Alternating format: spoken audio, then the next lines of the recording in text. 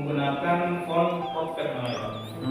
Selanjutnya pada tulisan Indonesia itu menggunakan New Atlet Grosset gitu. Nah pada warna ungu yang terdapat pada logo Baru Hal Indonesia ini itu menandakan sebuah ketenangan, sebuah ketegasan, juga menandakan sebuah sebuah ketenangan jiwa yang terdapat pada makna filosofis logo Baru Hal Indonesia. Ini saya langsung langsung kesimpulan. Iya Ustaz ya. Iya. Oke, ini ada gambar yang terkait pada logo penelitian ini. Jadi ini sedikit jelasin mereka. Boleh, penasaran ya. Jadi pada logo Baru Hal Indonesia ini kan berbentuk seperti wayang. Berbentuk juga ada juga yang memaknai sebuah gunungan wayang. Gunungan wayang. Nah, pada bentuk gunungan ini sudah jelas ya Pak bentuknya. Ya, jadi ikonnya ini jawabannya sini. Terus pada bentuk garis-garis yang terdapat pada logo Baru Hal Indonesia ini, ikonnya itu yang ini. Iya. Garis-garis kayak motif hujan.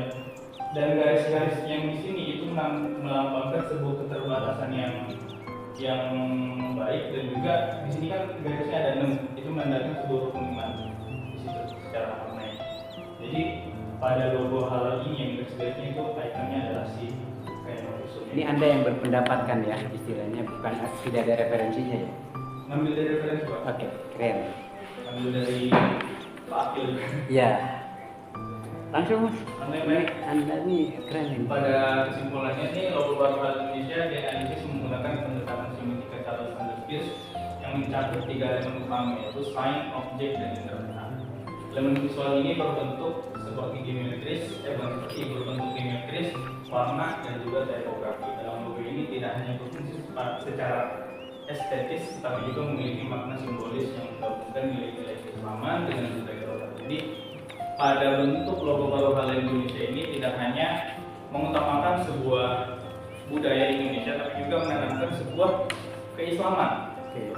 Jadi terdapat makna-makna yang tergabung dari budaya lokal dan juga keislaman. Nah, warna ungu ini melambangkan kebijaksanaan, sementara untuk gunungan yang terinspirasi dari wayang kulit mencerminkan identitas budaya Indonesia yang selaras dengan prinsip-prinsip Islam. Ikon dalam logo ini terlihat dari elemen visual yang merepresentasikan masyarakat, seperti yang tadi saya jelaskan, itu yang tentang wayang. Terus seperti gunungan, indeksnya menunjukkan keterkaitan langsung antara elemen tersebut dengan konsep halal dan nilai syariat, dan simbol dalam warna serta typografi menyampaikan makna mendalam terkait spiritual dan integritas. Pada sarannya di sini sarannya sebenarnya ini lebih ke arah general Pak. Jadi sarannya itu menurut saya edukasi masyarakat perlu ditingkatkan agar mereka memahami makna dan nilai yang terkandung dalam logo. Jadi pada masalah penelitian kali ini yang tadi saya bahas di bab 1 terutama, itu banyak masyarakat yang menemui kontra dan pro. Jadi di sini saran saya edukasi masyarakat itu perlu ditingkatkan lagi Pak, sehingga tidak hanya sekedar kayak menjudge atau tidak hanya sekedar bilang oh ini Jawa sentris banget, ini Jawa banget. Itu kan hanya asumsi mereka sebenarnya tanpa mengetahui bahwa apa makna di dalam logo Baru Hal Indonesia tersebut. Jadi edukasi masyarakat ini sekiranya perlu ditingkatkan. Selanjutnya, penelitian lanjutan diperlukan untuk mengetahui dampak perubahan desain terhadap persepsi. Jadi ini juga salah satu saran yang penting menurut saya, karena penelitian lanjutan itu diperlukan untuk mengetahui dampak perubahan desain terhadap persepsi publik. Jadi yang kita ketahui bahwasanya semakin beranjaknya waktu, itu persepsi publik terhadap gaya desain itu juga berkembang.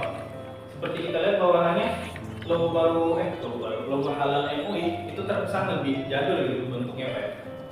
Sedangkan logo Baru Hal Indonesia ini terbentuk menjadi sebuah hal yang baru gitu ya, suatu persepsi publik yang baru gitu, karena desainnya dengan desain yang lebih era modern gitu. Terus selanjutnya ini double ya Pak, jadi saya terus selanjutnya tujuan akhirnya adalah logo halal Indonesia menjadi media komunikasi efektif sekaligus memperkuat identitas nilai-nilai Islam secara beragam.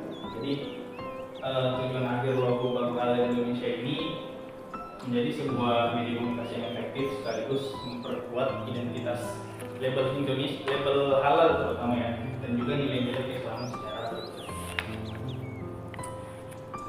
Sudah selesai ya? Saya dulu Ustaz ya. Mungkin Bapak. Saya baca nih, bahkan saya sampai diskusikan sama Pak Dekan ya. Saya harus memberikan apresiasi kepada Mas Mutazim Arofah ini. Kualitas skripsinya bagus. Iya Mas. Saya cek satu persatu dan ini mungkin harus menjadi contoh bagaimana penulisan skripsi itu harus seperti ini ya. Terus keduanya, sebetulnya tadi saya ingin ada penyangkalan ini ketika saya memberikan koreksi last name jadi Charles Sanders Peirce itu. Yang umum itu namanya kan Peirce. Iya. Nah ini khusus Peirce. Nah, Anda mestinya tadi, Pak, mohon maaf, memang namanya yang umum itu sebetulnya Peirce itu Peirce. Namun untuk Charles Sanders Peirce ini Peirce gitu. Jadi yang benar yang Peirce ini. Yang ini nih tadi. Itu yang betul ya.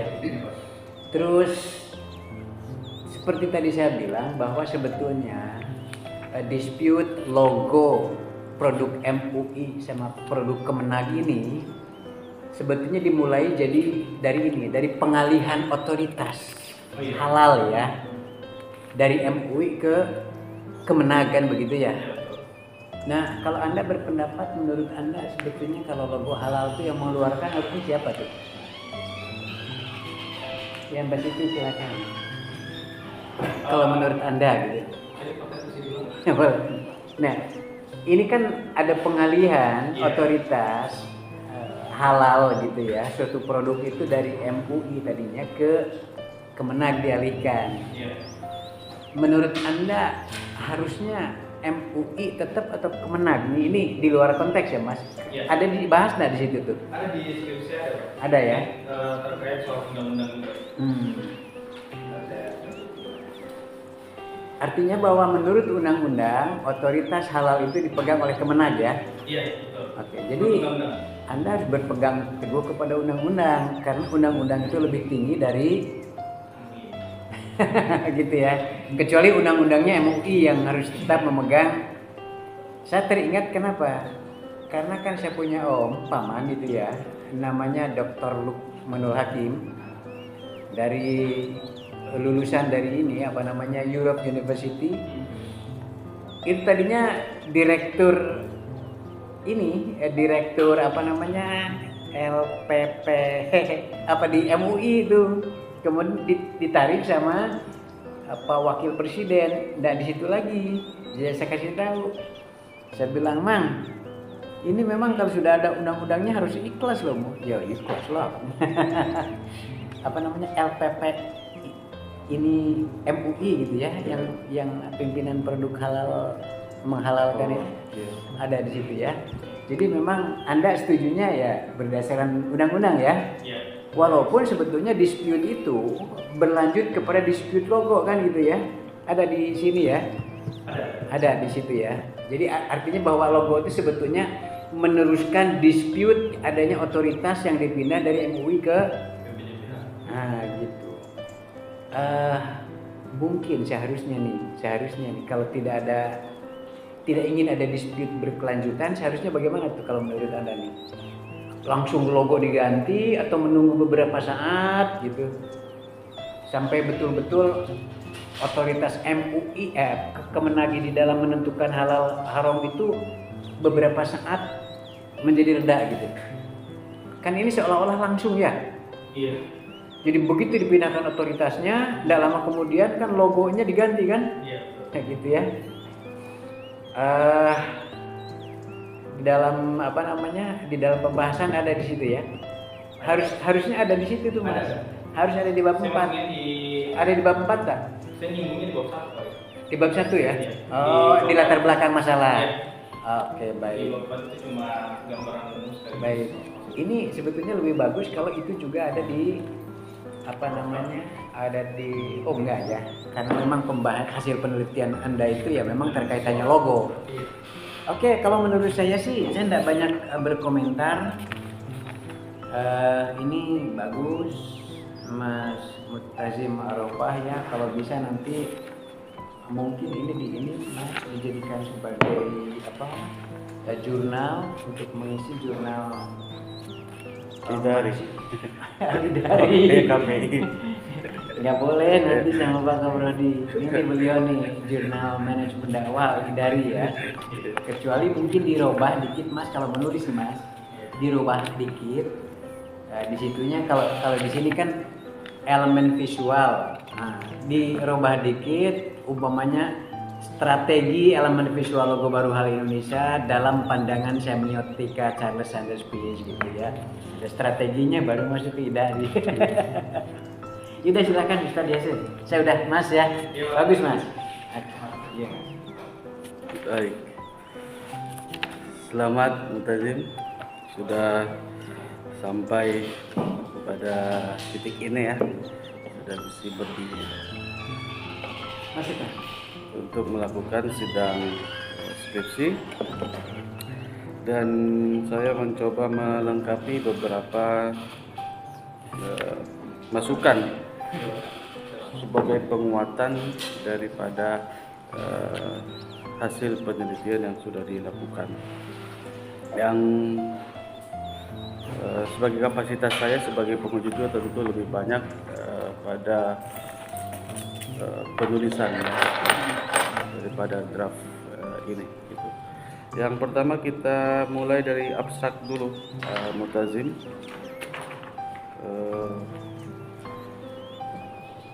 Abstrak itu harusnya ada apa saja di dalamnya, unsur apa saja kira-kira yang harus ada di dalam penyajian sebuah abstrak. Di sini pada abstrak yang saya tahu ini sebenarnya hanya sekedar kayak sekilas. Jujur saya juga belum terlalu paham dalam untuk abstrak itu harusnya apa aja pentingnya. Karena pada bimbingan sebelumnya juga nggak terlalu di highlight. nah, kita kan sudah dikasih buku panduan, kemudian ada beberapa panduan-panduan yang memang harus kita patuhi dalam penulisan skripsi ini gitu. Misalnya kayak harus dia satu paragraf misalnya, ya kan? Tidak boleh dengan ditulis di beberapa paragraf begini. Gitu. Baik, lanjut kita ke latar belakang masalah. Latar belakang masalah yang baik itu berisi tentang isu yang penting ya. Nah, bagaimana kemudian kita bisa membuktikan isu yang penting itu berasal atau bersumber daripada kegelisahan kita nih sebagai mahasiswa, apa kira-kira yang menjadi kegelisahan sehingga kemudian mendorong kita untuk melakukan penelitian ini.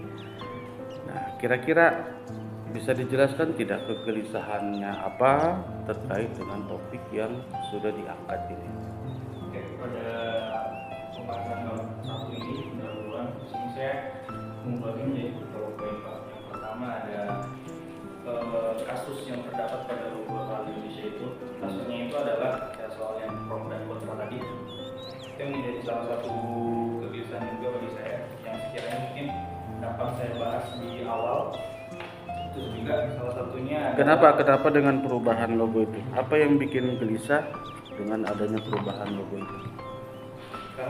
Karena dari perubahan logo Hal Indonesia yang tadinya dikembangkan oleh yang tadinya dikeluarkan oleh Majelis Ulama Indonesia setelah dikeluarkan oleh BPJPH itu membuat suatu pro dan kontra gitu. Pro dan kontra. Sehingga menjadi sebuah kegelisahan juga, bukan buat saya doang tapi buat audiens juga yang belum tahu soal apa makna dari logo Baru Hal Indonesia, kenapa bisa dikontrakan gitu. Menjadi sebuah kegelisahan. Kemudian Jadi tujuan saya untuk mengklarifikasi kenapa mengklarifikasi terkhusus kepada orang-orang yang kontra. Nah, latar belakang masalah yang baik juga itu harus kemudian kita sajikan secara berurutan, gitu ya. Artinya penjelasannya itu jangan loncat kepada hal yang umum ke khusus, kemudian khusus umum, umum khusus gitu, harus kemudian secara runut. Misalnya bisa dijelaskan di paragraf awal, misalnya pentingnya sertifikasi halal di Indonesia, ya kan, bagaimana pentingnya, karena mayoritas Indonesia kan Muslim segala macam, maka posisi dan kedudukan sertifikasi kehalalan sebuah produk itu penting untuk kita pahami gitu. Kemudian juga peluncuran logo baru, bagaimana kemudian latar belakangnya, bagaimana kemudian cerita yang ada di belakangnya sehingga terjadi kemudian perubahan logo. Dan kemudian tadi yang disampaikan oleh Pak Nanang, ada peralihan otoritas dari satu otoritas ke yang lain misalnya. Apa histori di balik itu semua kan bisa diceritakan di dalam latar belakang masalah. Kemudian juga misalnya tentang polemik yang terjadi di masyarakat tadi, ya, pro kontra tadi, bagaimana kemudian situasinya. Nah, itu kemudian juga bisa kita gambarkan di dalam latar belakang masalah supaya kemudian kita di dalam membacanya itu jadi paham. Ya. Kemudian juga kesesuaian dengan teori yang digunakan, dan juga terakhir adalah kesenjangan penelitian. Ini penting dalam latar belakang masalah, sehingga kemudian kita melihat kajian penelitian yang komprehensif, dan juga kita melihat posisi kamu ini berada di mana nih penelitiannya gitu. Maka penting kemudian dihadirkan kesenjangan penelitian atau literatur review di dalam latar belakang masalah. 1 atau 2 penelitian itu sudah cukup gitu ya, untuk kemudian bisa kita mengetahui posisi penelitian Anda ini berada di mana. Dan biasanya latar belakang masalah yang bagus itu, yang baik itu, paragraf terakhir diakhiri dengan tujuan penelitian. Ya, tujuan penelitiannya apa? Nah, misalnya tujuan penelitiannya di sini ada ya, misalnya tidak terlalu jelas ya, tidak terlalu tegas maksud saya gitu. Misalnya di paragraf kedua terakhir, penelitian ini juga bertujuan untuk mengkaji kemampuan logo baru. Kemudian juga penelitian tidak hanya bertujuan untuk memberikan pemahaman yang lebih, artinya dijelaskan secara tegas dan jelas apa kira-kira yang menjadi tujuan daripada skripsi ini ya, penelitian ini gitu. Jangan kemudian terlalu bertele-tele, di sana dijelaskan, di sini dijelaskan begitu. Nah, kemudian kita masuk pada bab selanjutnya, identifikasi masalah. Kita pahami bahwa identifikasi ini merupakan turunan daripada latar belakang masalah mutazim. Artinya apa yang sudah kita sampaikan, baik itu berupa fenomena, permasalahan, problematika, ataupun data-data yang ada pada sebelumnya, nah itu kita harus turunkan ini semua nih pada identifikasi masalah. Nah, yang terjadi pada penelitian ini hanya mencantumkan 2 poin saja, dan ini kemudian belum menggambarkan permasalahan juga. Misalnya perubahan identitas visual dan pendekatan kontekstual, nah segala macam. Nah, ini masih kurang memadai untuk menjadi sebuah identifikasi masalah. Ya. Nah, kemudian juga dari identifikasi masalah tentu kita akan memilih nih mana yang paling relevan dengan topik yang sedang kita bahas, kita turunkan pada rumusan masalah. Ya kan? Nah, harusnya misalnya dalam identifikasi masalah harus paling tidak 5-7 poin kita identifikasi, ya, kita inventarisasi, kemudian kita pilih 1, 2, 3 kira-kira yang mana paling cocok di dalam rumusan masalah. Nah, begitu cara kita menyajikan itu semua. Nah, bagaimana elemen visual logo baru halal Indonesia dalam menggunakan studi semiotik Charles misalnya. Nah, kalau menurut saya apa elemen visual yang ada pada logo baru sertifikasi halal Indonesia? Nah, itu lebih sesuai. Nah, baru kemudian yang kedua, bagaimana kemudian makna visual setiap elemen yang ada pada logo tersebut dalam perspektif semiotika Charles. Nah, itu kemudian bisa membuat pertanyaan dalam latar belakang dalam rumusan masalah ini jauh lebih baik lagi ya. Oke ya. Kemudian di manfaat penelitian, tentu kalau kita lihat lagi buku panduan, ada beberapa manfaat ya yang belum kemudian masuk dalam penelitian ini. Kira-kira apa?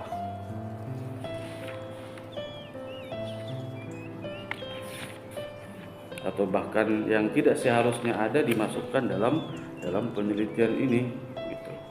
Nah, ini nanti bisa menjadi catatan untuk penyempurnaan daripada penelitian ini. Kemudian kita beralih pada bab 2 kajian pustaka dan landasan teori. Ini banyak sekali tidak menunjukkan referensi yang jelas nih, penelitiannya apa, kemudian citasinya seperti apa untuk penelitian pertama. Nah, itu sebagai peneliti harus kemudian bisa membuktikan apa yang kita tulis itu dengan referensi-referensi supaya kemudian penelitian kita ini jauh lebih akurat ya. Untuk penelitian kedua juga penelitiannya apa itu tidak dijelaskan, dan juga referensinya apa sampai dengan penelitian kelima. Nah, biasakan ketika sudah menjelaskan kajian pustaka itu pada akhirnya di paling bawah itu ya, buatkan satu paragraf yang menjelaskan tentang relevansi dan korelasi dengan penelitian sebelumnya, bahwa setelah melakukan kajian belum ditemukan penelitian yang kira-kira itu dijelaskan statement pribadi mengenai pandangan kita mengenai penelitian sebelumnya gitu. Baik, kita ke metodologi. Metodologi yang pertama adalah jenis dan pendekatan penelitian. Ya, ada kekurangan redaksi pada poin A dalam metodologi penelitian. Jenisnya apa, kemudian juga harus dijelaskan pendekatannya apa gitu. Dan juga dalam penyajian metodologi penelitian banyak sekali menggunakan body note ya. Akan tetapi kita sudah menggunakan footnote ditambah lagi body note. Nah, itu bertentangan ya. Nah, kemudian juga sumber dan jenis data. Nah, sumbernya harusnya yang ada dalam sumber apa? Sumber primer dan sekunder kan? Nah, ini kekurangannya sumber primernya tidak jelas nih apa yang digunakan. Apa sumber primer yang digunakan? Harusnya apa? Karena menurut saya menggunakan metode empirical, jadi sebenarnya yang cuma sekunder. Ya, harusnya ada primer. Yang jadi primer apa? Yang jadi utama apa?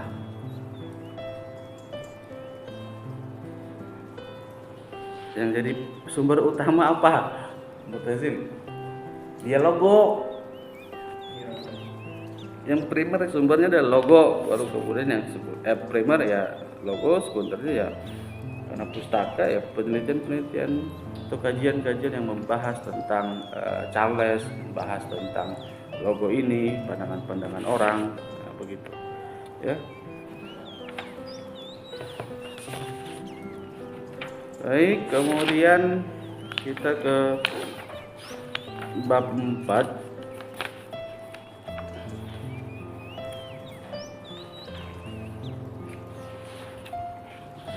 Bab 4 ini saya hanya memastikan ada atau tidak ada. Kalau sudah ada ya bagus, kalau belum ada mohon ditambahkan di bagian pembahasan. Misalnya logo ini merepresentasikan apa ini kira-kira? Misalnya kayak budayakah Indonesia, misalnya identitas Muslimkah, atau misalnya religiuskah, lebih kuat kemana nih representasinya logo yang baru kita sekarang ini itu halal. Dari data yang saya dapat itu keduanya Pak. Budaya sama keislaman. Nah, itu sudah ada. Nah, apakah kemudian dari penelitian yang sudah dilakukan logo ini kemudian berhasil menyampaikan pesan kehalalan secara jelas atau seperti apa? Menurut si Charles ini gitu. Sudah. Karena dari konsep yang saya gunakan itu sudah 18 makna-makna yang dari Oke. Nah, kira-kira menurut si Charles nih, teori yang dia bikin dari icon, dari makna, dari apa segala macam itu, nah logo kita yang baru ini kekuatan dan kelemahannya seperti apa? Untuk Kira-kira. kekuatannya itu kelebihannya adalah lebih modern, lebih digital. Untuk kekurangannya mungkin karena dia menggunakan fotokopi, yang dimana fotokopi itu cara pembuatannya itu bisa di improve, bisa diubah-ubah secara bentuk. Jadi mungkin secara orang yang melihat secara sekilas tanpa mengetahui makna tersebut, itu bisa mengklarifikasi bahwa logo ini hanya mengutamakan keestetika saja, tidak mengutamakan nilai-nilai keislaman. Bahkan ada orang yang kontra itu mengatakan bahwasanya tulisan halal ini terbentuk dari tulisan haram gitu. Ada yang mengaitkan seperti itu. Itu yang menjadi termasuk kelemahan. Oke, nah maksud saya kalau itu sudah ada bagus, kalau memang ada di pembahasan boleh ditambahkan pembahasan seperti itu untuk menambah kedalaman daripada penelitian ini. Nah tadi harusnya Dicatat ya Mas ya. Dari Ustadz Yasir bagus tuh. ya, di draft kamu ini berwarna ya, berwarna gitu ininya. Nah di saya harusnya berwarna gitu supaya kemudian kelihatan mana warna ungunya, warna ini segala macam gitu. Paling tidak itu saja Pak. Ayo, terima kasih banyak Mas Mutazim. Mutazim Arafah. Itu dicatat ya. Saya kalau tandem sama Ustadz Yasir itu pasti beliau itu lebih detail. Kalau saya secara umum saja, dan saya yakin juga salah satunya adalah identifikasi masalah. Biasanya identifikasi masalah itu memang sebuah fenomena ya, sebuah fenomena masalah gitu ya, dipilih satu dan identifikasinya juga sesuai dengan latar belakang masalah itu. Kalau ada 5 latar belakang masalahnya jangan ditulis 2 semuanya gitu. Supaya betul-betul ya, seperti Ustadz Yasir bilang itu kedalaman